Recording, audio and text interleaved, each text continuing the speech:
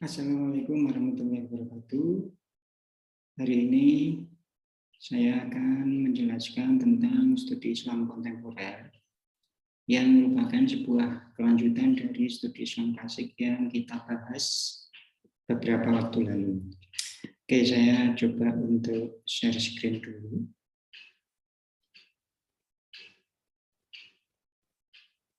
Nah, studi Islam kontemporer, karena ini disebut sebagai sebuah kontemporer, kita mulai dari sebuah definisi dulu.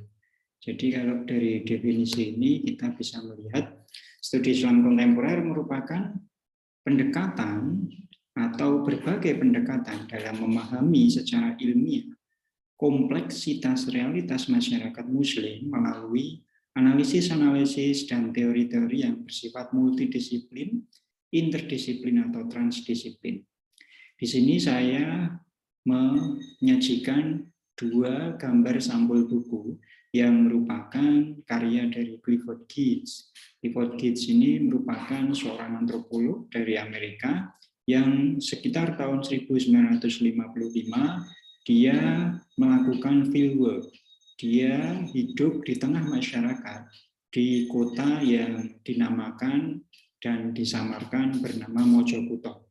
Asli kota tersebut adalah Pare, dan dia di sini mengamati bagaimana dinamika penduduk masyarakat di desa tersebut atau di kampung tersebut. Nah, kalau kawan-kawan pernah mendengar kata kampung Inggris Pare, nah disinilah Clifford Geertz antara lain melakukan fieldwork-nya. Disinilah pada sekitar tahun 1955 atau sebelumnya, dia melakukan observasi, dia melakukan participant observation, hidup di situ bersama istrinya, bersama beberapa temannya yang lain untuk mengamati perkembangan dan dinamika sebuah desa pasca kemerdekaan. Nah, ada satu hasil dari fieldwork tersebut yang merupakan karya utama dari Clifford Geertz berjudul Religions of Java yang kemudian diterjemahkan menjadi Abangan Santri Priyayi dalam Masyarakat Jawa. Buku ini sangat monumental meskipun banyak dikritik, tetapi kita bisa melihat bagaimana Geertz, seorang antropolog, mencoba untuk melihat dinamika masyarakat Muslim dengan melalui pendekatan antropologi. Nah, yang kedua, ini ada buku berjudul Penjajah dan Raja. Maksudnya di sini adalah Geertz mencoba untuk melihat dinamika ekonomi di tempat yang sama, kaitannya dengan bagaimana pedagang kecil berhubungan dengan pedagang-pedagang yang memiliki komoditas dan modal yang besar. Kalau di dalam buku pertama tadi, Geertz mencoba untuk melihat dinamika struktur sosial masyarakat yang ternyata di situ agama, dalam hal ini Islam, memegang peranan penting yang disebut oleh Geertz sebagai santri, yang di situ terjadi sebuah trikotomi antara abang, santri, dan priyayi. Lalu untuk yang buku kedua ini, Geertz mencoba untuk melihat bagaimana modernisasi ekonomi itu berpengaruh pada dinamika masyarakat. Jadi meskipun satu orang, tetapi ketika melihat masyarakat yang sama, bisa dilihat dari berbagai sisi. Dari sisi struktur sosialnya, bagaimana dinamika masyarakat itu dipengaruhi oleh apa, dan juga dari sisi ekonominya. Nah, ini merupakan satu contoh yang bagus sekali bagi Anda, terutama mahasiswa perbankan syariah, yang mencoba untuk ketika mencoba melihat dinamika masyarakat tidak bisa kemudian hanya melalui satu sisi. Agamanya saja misalnya nggak bisa, tetapi juga harus dari berbagai sisi yang ada. Disinilah kemudian studi Islam kontemporer itu berusaha untuk melihat Islam tidak hanya dari sisi teologinya, tetapi dari sisi realitas, dari sisi keilmuan di luar agama itu sendiri. Nah, mungkin secara singkat, konfigurasi atau model dari analisis ini seperti ini ya. Bagaimana masyarakat Muslim ini tidak hanya dilihat dari sisi fikihnya saja atau agamanya saja, tetapi masyarakat Muslim juga bisa dilihat dari pendekatan antropologi. Kalau kawan-kawan masih ingat, antropologi ini sebuah kajian atau keilmuan yang mencoba untuk melihat dan mempelajari, memahami budaya dan manusia sebagai individu, kelompok, atau komunitas. Maka di dalam antropologi ini dibahas tentang misalnya antropologi of fashion, antropologi tentang busana, antropologi tentang ritual tertentu gitu ya. Antropologi tentang selamatan misalnya atau tahlilan seperti itu gitu ya. Tapi juga Islam bisa didekati dari sisi sosiologisnya, bagaimana struktur sosial masyarakat di situ, bagaimana siapa sih yang berpengaruh dalam masyarakat tersebut, apakah tokoh agama atau Pak RT atau Pak Lurah dan lain sebagainya. Lalu bisa juga dilihat dari sisi ekonominya. Jadi kalau ekonomi ini kan intinya kita mempelajari tentang produksi, distribusi, konsumsi barang-barang yang langka dan dibutuhkan gitu ya. Jadi kata kuncinya itu scarcity gitu ya. Scarcity itu adalah barang-barang yang langka yang ya kadang-kadang itu kita perebutkan gitu ya. Karena terkait dengan kebutuhan kita seperti itu ya. Lalu kemudian bisa juga dilihat masyarakat muslim ini sebagai dilihat dari sisi historisnya. Historis ini, sejarah ini adalah ilmu yang mempelajari peristiwa masa lalu yang dianggap penting. Apa yang penting dari desa Anda, apa yang penting dari kampung Anda, bagaimana sejarah Islam itu masuk di kampung Anda pertama kali, bagaimana pesantren masuk di kampung Anda pertama kali. Nah, ini dibahas di dalam sejarah. Tapi juga bisa dilihat bagaimana masyarakat muslim ini membangun institusi-institusi pendidikan seperti pesantren.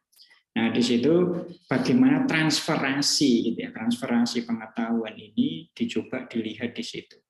Tapi selain keilmuan-keilmuan tadi gitu ya, ada juga keilmuan yang sifatnya memang benar-benar muncul dan itu memiliki model yang multidisiplin. Misalnya gitu ya, digital studies, popular studies gitu ya, cultural studies ya, ilmu-ilmu yang memang itu baru ya 10 tahun, 20 tahun ini diciptakan untuk melihat kompleksitas masyarakat yang begitu dominan, apalagi dengan gempuran teknologi digital ini membutuhkan satu perangkat-perangkat khusus, misalnya digital studies.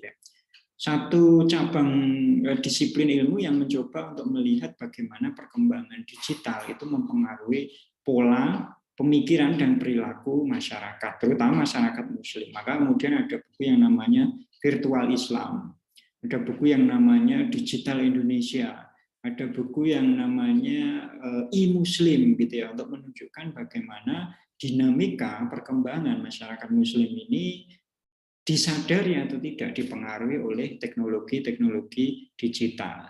Nah, bagaimana dengan perbankan syariah sendiri? Nah, kawan-kawan tahu perbankan syariah yang Anda geluti sekarang ini merupakan sebuah prodi yang menurut saya itu sangat multidisiplin. Karena kalau kita lihat konfigurasi keilmuan di dalam kurikulum perbankan syariah kita itu terdiri dari mempelajari dasar-dasar Islam, yang mempelajari fikih, mempelajari tafsir, mempelajari hadis, dan juga mempelajari ilmu-ilmu keahlian terkait dengan ekonomi Islam. Anda kemudian diajarkan dasar-dasar ekonomi Islam, Anda kemudian juga diajarkan bagaimana prinsip-prinsip mudharabah musyarakah dan prinsip-prinsip akad di dalam penggunaan jasa di produk di mana perbankan syariah seperti itu gitu ya. Mencoba untuk mengintegrasikan, mengkolaborasikan antara dasar-dasar keilmuan Islam dengan prinsip-prinsip ekonomi Islam yang itu saling komplementer. Maksudnya komplementer itu adalah saling mendukung, saling menguatkan. Karena kita melihat studi Islam yang diajarkan di dalam perbankan syariah selain etika, misalnya Islam dan budaya Jawa sebetulnya itu merupakan ilmu yang menggali mencoba etika-etika lokal gitu ya untuk masyarakat, untuk mahasiswa seperti itu. Tapi kemudian di situ juga ada pengetahuan-pengetahuan yang dapat melahirkan kearifan lokal. Nah, ilmu-ilmu ini, studi Islam seperti ini gitu ya, itu kemudian dipadu dengan prinsip-prinsip mudharabah, musyarakah dan sebagainya, sehingga kemudian diharapkan mahasiswa perbankan syariah ini punya pemikiran yang multidisiplin karena memang keilmuannya sangat multidisiplin.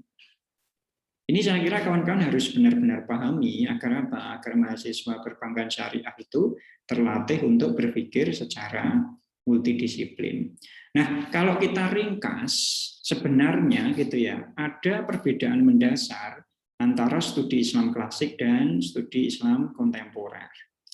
Nah, kalau studi Islam klasik itu cenderung tekstual, mengandalkan penafsiran logika teks-teks suci. Jadi Anda kan disuruh misalnya hafalan hadis, hafalan Quran, hafalan prinsip-prinsip usul fiqh dan sebagainya. Dan sehingga itu terkesan sangat monodisiplin dan sangat berkecenderungan teologis. Tapi kalau kawan-kawan lihat gitu ya, lihat studi Islam kontemporer ini mencoba melihat Islam sebagai sebuah realitas yang dinamis. Sehingga pendekatan yang dilihat itu tidak hanya pendekatan yang sifatnya monodisiplin, tapi multidisiplin. Kawan-kawan mungkin masih ingat ketika melihat permasalahan sampah di daerah Anda kan mencoba untuk melihat bagaimana sampah ini tidak bisa kemudian diselesaikan dengan permasalahan fikih. Tidak bisa diselesaikan dengan analisis tafsir, tidak bisa diselesaikan dengan analisis hadis, tetapi mencoba diselesaikan dengan keilmuan-keilmuan yang itu sifatnya kolaboratif dan interdisiplin. Nah, yang kedua, yang ketiga gitu ya, itu juga kalau di dalam studi Islam klasik itu cenderung doktriner. Maksudnya kaidah-kaidah fikih, kenapa kok harus dihafalkan? Tafsir, kenapa harus dihafalkan? Itu karena ya itu sangat doktriner, itu merupakan sesuatu yang digunakan sebagai dalil, fondasi. Dalil dan fondasi untuk melihat untuk memberikan satu dasar-dasar keilmuan perbankan syariah. Tetapi kalau kita melihat studi Islam kontemporer dengan berbagai pendekatannya tadi, antropologi, sosiologi, dan lain sebagainya, itu bersifat ilmiah. Artinya apa? Cara mengetahui, cara memahami realitas, itu harus bisa dipertanggungjawabkan secara ilmiah. Anda harus melakukan observasi, Anda harus hidup di tengah masyarakat yang Anda teliti, Anda harus bisa memahami kompleksitas masyarakat, dan lain sebagainya. Nah, selanjutnya, kemudian, kalau di studi Islam klasik, pengkajinya itu adalah rata-rata seorang Muslim. Tetapi kalau Anda lihat, Clifford Geertz tadi bukan seorang Muslim. Sehingga di sini, studi Islam kontemporer ini, gitu ya, itu karena ini cabang keilmuan yang sifatnya ilmiah, ya Anda berusaha untuk melihat itu sebagai sebuah ilmu, sehingga siapapun pengkajinya silakan, baik itu Muslim, non-Muslim, dan lain sebagainya, gitu ya. Nah, ini saya kira penting untuk melihat bagaimana ketika dulu kita mengkaji studi Islam klasik, kita mencoba membuka kitab-kitab kuning, di situ kita melihat sebuah linearitas, sebuah ketersambungan, sebuah keilmuan yang berdasarkan pada teks. Tapi kalau kita melihat di sini studi Islam kontemporer berusaha untuk memahami realitas. Itulah mengapa nanti gitu ya, kawan-kawan sebetulnya tujuan akhir di sini gitu ya, tujuan akhir kita memahami kompleksitas keragaman Islam itu sebetulnya mahasiswa akan menguasai kemampuan penelitian dan penelaahan kompleksitas permasalahan sosial di masyarakat, khususnya yang berkaitan dengan Islam. Jadi ketika Anda mengurai sebuah permasalahan itu tidak hanya diurai secara gampangnya gitu ya, permasalahan sampah ya sudah kerja bakti saja, tidak sesingkat itu. Anda juga harus kemudian berusaha untuk menggandeng tokoh-tokoh agama agar di masjid juga digaungkan bagaimana kebersihan itu merupakan pangkal dari iman, seperti itu gitu ya. Anda juga kemudian harus mengurai bagaimana aliran-aliran yang terjadi di aliran-aliran agama atau aliran Islam yang terjadi di masyarakat itu bukan merupakan sebuah sesuatu yang harus dipermasalahkan. Justru itu merupakan sebuah kekayaan.